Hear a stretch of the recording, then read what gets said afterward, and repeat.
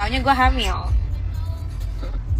Gue bilang lah ke Papa Dali. Terus Papa Dali itu, nih ya guys, kan harus tahu, dari awal Papa Dali tahu gue hamil, Papa Dali itu nggak pernah nyebut kata aborsi, nggak pernah nyuruh gue untuk aborsi, nggak pernah minta gue untuk aborsi, itu tidak pernah. Satu-satunya hal yang Papa Dali bilang itu hanya aku belum siap. Tapi apapun keputusannya, yaitu keputusan kamu, tapi aku belum siap, dia bilang gitu. Ya wajar guys ya, namanya kita. Ya intinya apa yang aku lakuin dulu tuh salah ya, tentang gimana aku bisa hamilnya. Tapi ya udahlah, it was on the past, I learned from my mistake. But Papa Dali bilang gitu, terus kayak selama sebulanan itu tuh kita benar-benar yang kayak kita benar-benar bareng tiap hari. Papa Dali nemenin aku terus tiap hari. Dan dia tuh nggak pernah maksain untuk nanya gimana, jadi gimana keputusan kamu gini-gini. Karena aku bilang ke Papa Dali kalau aku butuh waktu untuk mikir. Karena kan maksudnya ini yang hamil gue ya, yang bunting gue. Jadi gue harus mikir kayak ini gue, decision gue gimana nih, mau aborsi apa gue simpan anaknya. Karena kan banyak banget ya pemikirannya kayak kalau misalkan gue aborsi gue bakal bener-bener nyesel seumur hidup. Terus gue bakal kayak ya nyesel aja. Tapi kalau gue nggak aborsi gue bakal dihujat-hujat. Terus belum lagi gue mikir kayak ini si Dalinya bakal ada nggak buat gue gini-gini. Iya sayang. Iya ada. Sorry guys. Kayak gue mikir kayak Papa Dalinya bakal nemenin gue nggak gini-gini.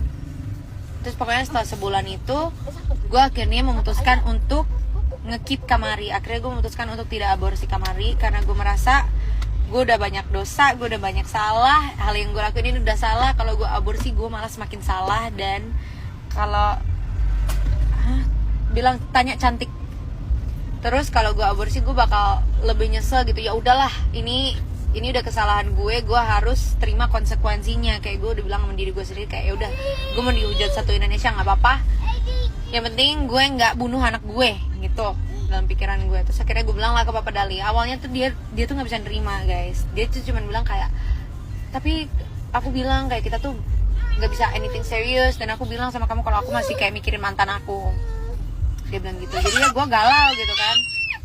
Ya udah kayak anjing lah, ini berarti Dali nggak bakal tanggung jawab nih, nggak bakal jadi father figure-nya Kamari. Terus setelah waktu berjalan, nggak tahu gimana tiba-tiba dia terima aja. Tiba-tiba kayak dia nemenin ke rumah sakit. Dia kayak, oh sabar deh kalau anaknya cowok nanti aku bakal gini, atau aku nggak sabar deh kalau cowok bakal sama teman-teman cowok aku gini. Apa sayang?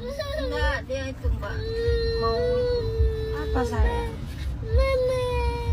susu aja ya, Cucu. Iya mama. Tapi ya sebenarnya kalau kalian mau tahu, dari awal gue tahu gue hamil anaknya Dali, gue tuh udah kayak waktu gue test pack guys, at least 3. It was like 3. Iya, what? I thought you were talking about this. Nah ya, waktu gue test pack kayak sekitar 30% di dalam diri gue tuh berharap itu positif. 70%-nya tuh gue berharap negatif. 30%-nya tuh karena gue gak mau pisah dari Papa Dali. Gue bukan bermaksud baby trap ya, bukan. Gue depresi, kayak gue bener-bener desperate, gue bener-bener secinta mati itu sama Papa Dali. Kayak gue kayak gak bisa, gue gak pengen pisah dari Papa Dali gitu. Jadi kayak waktu gue tahu positif, kaget banget, tapi gue seneng gue kayak alhamdulillah, rezeki ini dari Tuhan tidak mau saya pisah dari Papa Dali. Jadi gue kayak, gue bilangnya ke Dali kalau gue masih perlu waktu buat mikir. Padahal ya dari awal gue tahu gue hamil, gue tuh udah tahu gue bakal simpen anaknya. Walaupun misalnya nggak sama Papa Dali ya, gue tahu aborsi itu hal yang salah. Jadi gue mungkin juga pasti bakal simpen. Tapi karena ya kebetulan ini orang yang gue sayang ya, gue cinta banget sama ini orang, ya gue simpen gitu kan. Tapi Papa Dali tuh nggak pernah tahu ya cerita ini. Jadi ya mungkin Papa Dali sekarang lagi di samping aku dengerin cerita ini kayak, anjir ya berarti sama ini lo penipuan ya ke gue.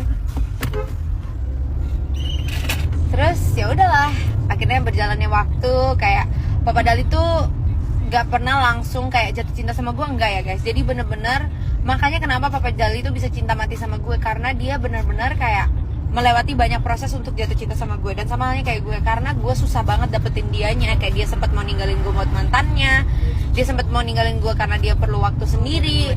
Jadi sekalinya dapet tuh gue tuh bener-bener sayang. Kalian tahu sendiri ya, kayak apalagi kita cewek-cewek suka banget sama cowok yang susah didapetin gitu loh. Jadi Papa Dali tuh susah didapetin. Jadi sekali dapet tuh gue bener-bener cinta mati gitu sama nih orang. Ya udah akhirnya berjalannya waktu kayak pokoknya gue ingat pertama kali Papa Dali tuh bilang dia tuh sebenarnya sayang sama gue dari ya udah dari lama. Cuman pertama kali dia bilang I love you sama gue tuh waktu gue melahirkan. Itu pertama kali dia benar-benar bilang I love you. Karena selama ini gue selalu kayak sebelum gue melahirkan gue tuh kayak lu tuh sayang gak sih sebenarnya sama gue, kayak lu tuh mau gak sih sebenarnya sama gue, lu kalau cuman karena terpaksa gue nggak mau deh, mendingan kita pisah rumah aja udah, nggak apa-apa, gue nggak perlu, gue nggak apa-apa nggak jadi single mother, bodo amat. Kayak gue udah namanya juga ibu hamil ya, agak-agak sinting gitu kan emosinya, jadi ngomel-ngomel gitu selama itu. Can you text Cantik as well please? Cantik's not balas, bro. Oh. Then what is this? Bilang Desvia, Cantik nelfon Jan, telepon dong. Terus memang selama itu karena ya